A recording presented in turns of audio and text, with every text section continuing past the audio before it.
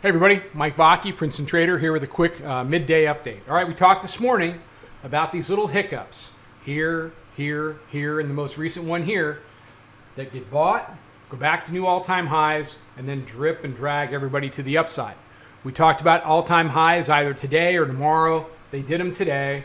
As far as how we traded it, we got long last night off the open at the point where you started to see the 9-day go support long from the 37 area there.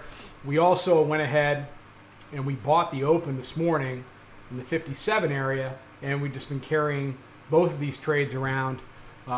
We actually have stops plus 30 on the one from last night and plus 20 on the one this morning. So we've got locked in about a 30 handle day, and that's not doing anything special. That's just applying the principles that we've talked about in the last couple few webcasts, the things that we've been talking about for so long.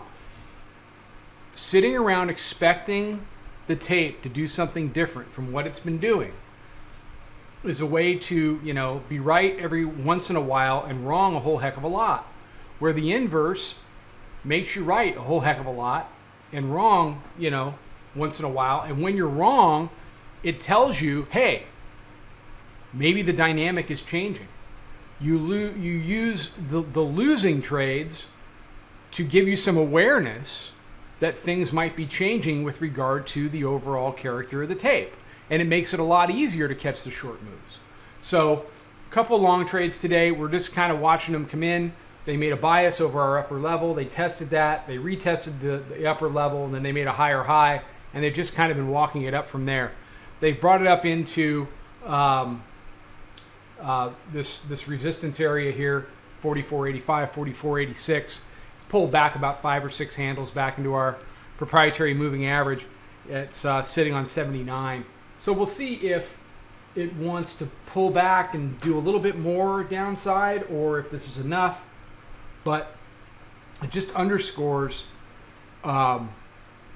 this uptrending market, this market that wants to buy these couple day dips and then go ahead and drag a lot of reluctant short hands, and weak short hands at that, up and up.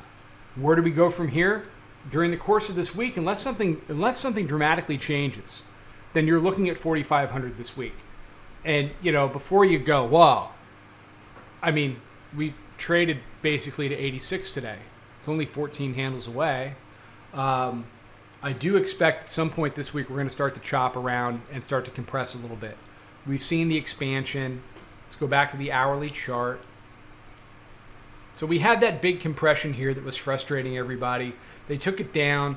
They've bounced it. They've taken it all the way back and then to a new high. I would suspect that it's going to find some kind of a range, hopefully a wide enough range that has enough elbow room to get some things done. Somewhere in here, find a range and start to grind a little bit and let the market take a breath and everybody catch up to these new levels that we're trading at. So it's about 1:30 in the afternoon Eastern time. We'll see how we finish up today, and then be on the lookout for the evening webcast tonight. All right, everybody have a great day. Join that Facebook group so that you are aware of all the new offerings that we have. Come check out the chat room. We'd love to meet you. We'd love to have you. It's a great time to start. Be well, and we'll talk tonight.